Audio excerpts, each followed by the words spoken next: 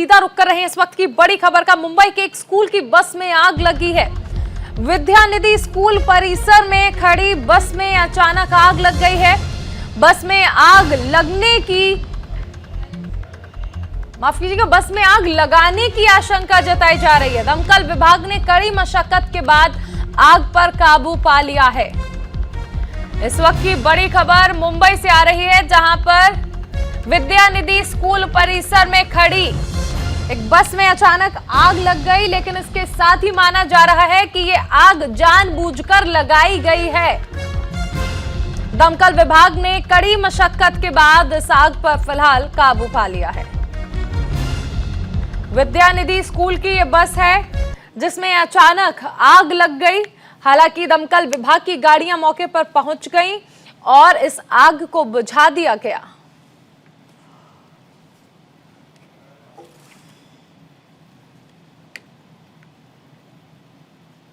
बिजनौर में एक तरफ जहां सीएम योगी ने विपक्ष पर निशाना साधा, वहीं जिले की एक दूसरी रैली में एसपी आरएलडी गठबंधन ने बीजेपी सरकार की जमकर आलोचना की।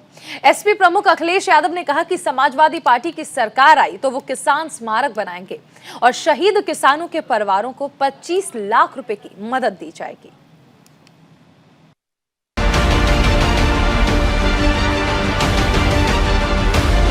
समाजवादी पार्टी प्रमुख अखिलेश यादव और आरएलडी प्रमुख जयंत चौधरी ने बिजनौर में चुनाव प्रचार किया। इस मौके पर एसपी प्रमुख अखिलेश यादव ने केंद्र और यूपी सरकार पर जमकर निशाना साधा। अखिलेश यादव ने कहा कि किसान 1 साल तक सीमाओं पर खड़े रहे, आंदोलन में 700 किसान शहीद हुए। समाजवादी पार्टी की सरकार आई तो वो किसान स्मारक बनाएंगे और शहीद किसानों के परिवारों को 25 लाख रुपए की मदद दी जाएगी। एसपी सरकार में किसानों को धरने पर नहीं खड़ा होना पड़ेगा। याद कीजिए, वो किसान जब आंदोलन पर निकले 3 काले कानून लाए गए और 3 काले कानून ये बताया गया कि किसानों के हक में हैं। किसान जब विरोध किए उस बात को लेकर के कीलें लगा दी गई, ट्रैक्टर से अगर जाना चाहते तो एफआईआर दर्ज हो गई, सड़कें रोकी गई, बोल्डर लगा दिए गए और हमारे किसानों को न जाने क्या क्या कहा गया। किसानों को कहा गया ये आतंकवादी हैं, मवाली हैं, न जाने क्या क्या कहा कि खालिस्तान से आए हैं, बाहर से इनका संबंध है। 700 किसान शहीद हुए, 700 किसान। समाजवादी पार्टी और आरएलडी ने तय किया है जब गठबंधन की सरकार बनेगी तो हम दोनों मिलकर के किसान स्मारक बना करके और जितने परिवारों की जान गई है उन्हें 25 लाख रुपए से मदद करने का काम करेंगे। अखिलेश यादव ने कहा कि बिजनौर में इत्र की शीशी बनती है, हम सुगंध वाले लोग हैं, दूसरे लोग नफरत की दुर्गंध फैला रहे हैं। उन्होंने कहा कि एसपी सरकार बनी तो 300 यूनिट बिजली फ्री दी जाएगी। अखिलेश यादव ने कोरोना में मजदूरों की बेबसी का जिक्र करते हुए कहा कि यूपी सरकार दूसरी लहर में मरीजों के लिए दवाइयों का इंतजाम नहीं कर पाई। यहाँ पर इत्र की भी शीशी बनती हैं। सुगंध वाले लोग हैं हम लोग तो, और जो दूसरे लोग हैं उनसे बच के रहना, वो नफरत की दुर्गंध फैलाते हैं। भारतीय जनता पार्टी के लोगों ने कोई बिजली का कारखाना नहीं लगाया, न बिजली बनाने का काम किया। अगर किसी ने किया तो समाजवादियों ने किया, इसलिए तय किया समाजवादी पार्टी ने कि सरकार बनने के बाद घरेलू बिजली 300 यूनिट फ्री होगी, आपको बिल नहीं देना पड़ेगा। समाजवादियों ने किसानों की सिंचाई माफ की थी, दोबारा हम लोग अपने किसानों की सिंचाई मुफ्त करेंगे, उसमें कोई बिजली का बिल नहीं देना पड़ेगा। बिजनौर में गठबंधन प्रत्याशी के समर्थन में चुनावी सभा को संबोधित करते हुए राष्ट्रीय लोकदल के अध्यक्ष जयंत चौधरी ने कहा कि बिजनौर चौधरी चरण सिंह की कर्म भूमि रही है। आज बिजनौर में धूप निकली है, ये धूप भी कुछ संदेश दे रही है और यहाँ के लोगों की गर्मी भी दूसरी तरह की है। कैसे आकाश में सुराख नहीं हो सकता? अरे एक पत्थर तो तबीयत से उछालो यारों। ये पत्थर उछालने का काम यानी नई उम्मीद देने का काम यानी एक नए सूरज को उगाने का काम गठबंधन के कार्यकर्ता करेंगे और मैं और अखिलेश जी मिलकर लखनऊ से करेंगे। आज यहां बिजनौर पे अच्छी धूप खिल रही है।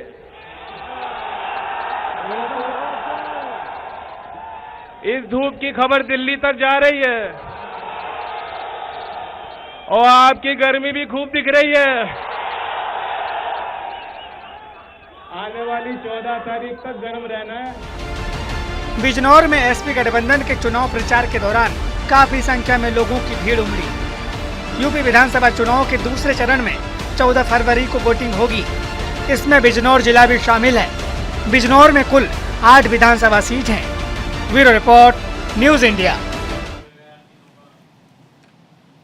कश्मीर को जन्नत का दर्जा दिया गया है। कश्मीर जाकर श्रीनगर की डल लेक को ना देख पाए तो ऐसा माना जाता है कि उसमें कुछ देखा ही नहीं, उसने जन्नत का अनुभव ही नहीं किया। लगभग 25 किलोमीटर के दायरे में फैली हुई ये डल लेक अपने आप में सुंदरता की छटा बिखेर रही है। सर्दी हो, गर्मी हो या कोई भी मौसम हो, डल झील की अपनी ही सुंदरता हर मौसम में अलग रहती है। जितने भी मशहूर बाग हैं डल झील के किनारे ही बनाए गए हैं। साथ ही हाउस बोट्स अपने आप में एक अलग अनुभव है। यहाँ होटल की तरह हर सुविधा होती है। हमारे सहयोगी ज्योति पचनंदा की डल झील और हाउस बोट पर एक स्पेशल रिपोर्ट दिखाते हैं आपको। इस समय हम श्रीनगर के डल लेक में हैं। कहा जाता है कि कोई जम्मू कश्मीर में आकर श्रीनगर के डल लेक में ना पहुंचे तो उसका यह सफर अधूरा ही माना जाता है। और यह भी कहा जाता है कि अगर किसी ने जन्नत देखनी है तो कश्मीर के श्रीनगर में आकर डल लेक का नज़ारा जरूर देखें। इस समय हम यहीं डल लेक में ही एक शिकारा पर बैठे हुए हैं और मेरे अगर आप इधर इस तरफ देखेंगे तो ये हाउस बोट्स हैं। ये हाउस बोट्स आपको सिर्फ हिंदुस्तान के इसी डल लेक्स में ही देखने को मिलेंगी ज़्यादातर। और यहाँ पर पूरा एक 5 स्टार होटल्स जैसी सुविधाएं दी जाती हैं, लेकिन ये सब कुछ फ्लोटिंग है। एकमात्र ये नज़ारा आपको यहीं देखने को मिलेगा। एक होटल्स हैं जहाँ पर वर्ल्ड की हर सुविधा मिलेगी। यहाँ पर जो मार्केट्स हैं वो भी इसी तरह फ्लोटिंग्स होंगी। आपको इसी शिकारा पर ही लोग सामान बेचने भी आएंगे, बेचेंगे, आप परचेज भी करेंगे। फिर अगर नाइट स्टे आप तो ऐसे जो होटल्स हैं 5 स्टार उनमें रहने का आपको अलग अनुभव होगा। लेकिन यहाँ पर जब आप रहते हैं तो ये बिल्कुल ही डिफरेंट सा अनुभव होगा।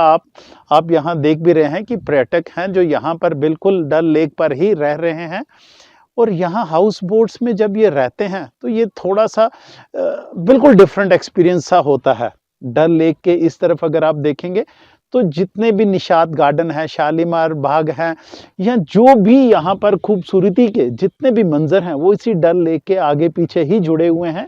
और ये लगभग कई किलोमीटर, लगभग बताया यही जा रहा है कि 25 किलोमीटर की रेंज में ये डल लेक का दायरा है जहाँ पर लोग यहाँ पर रहते हैं। इस समय हम खुद यहाँ एक हाउस बोट पर पहुँच चुके हैं और हम यहाँ का जो भी एक्सपीरियंस होगा वो भी शेयर करते हैं आपसे। हम आपको हाउस बोट के अंदर ही लेकर चलते हैं। इस शिकारा से निकलकर अब हम हाउस बोट की तरफ बढ़ रहे हैं। आप ये खुद नज़ारा देखिए, बिल्कुल एक डिफरेंट सा मंजर आपको देखने को मिलेगा। थोड़ी थोड़ी ड्रिजलिंग बारिश भी शुरू होती दिख रही है। मैं आपको इस हाउस बोट में ही लेकर चलता हूं और बताता हूं कि किस तरह का यहाँ होता है। ये बिल्कुल एक बाहर का एक लिविंग एरिया जिसे कह लीजिए। यहाँ पर लोग इस डल लेक का पूरी तरह से आनंद लेते हैं। यहाँ सोफास वगैरह लगे हुए हैं, कुशन्स हैं जहाँ पर बैठ के लोग देखते हैं डल लेक। आप यहाँ देखिए, वो उस जगह से देखिए गाड़ियाँ भी चल रही हैं, बीच में कई शिकारास हैं। चूँकि ये बहुत सुबह का समय है, तापमान यहाँ बिल्कुल शून्य के लगभग दिखाई दे रहा है और हाथ इस समय ठिठुर चुके हुए हैं कि आप किसी भी तरह से अनुभव कर सकते हैं। ये देखिए बीच में किस तरह ये पक्षी हैं, ये बिल्कुल बीच में इसमें हैरत, बहुत ही सुंदर मनोहर दृश्य है। कुछ लोग शिकारास में इसी तरफ आ रहे हैं। तो ये हाउस बोट जिस तरह की होती हैं, मैं आपको हाउस बोट के अंदर भी लिए चलता हूँ, वो भी दिखाता हूँ। सर इसको एक सेकंड खोलिएगा। तो ये देखिए एक जन्नत क्या होती है। यहाँ बिल्कुल ये रिस्ट्रिक्टेड एरिया है कि आप जूते अंदर नहीं ले सकते, क्योंकि बिल्कुल कारपेट्स हैं और बहुत एक्सपेंसिव कारपेट्स हैं।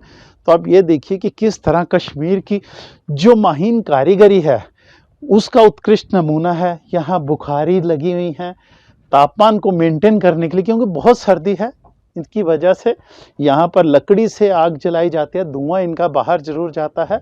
और यहाँ आप यहाँ का काम देखिए, कितनी माहीन कारीगरी की जाती है। सारा छत से देखिए नीचे तक वुडन ही दिखाई देंगे। ये उत्कृष्ट कश्मीर में ही जो कलाकारी है ये कश्मीर में ही देखने को मिलेगी।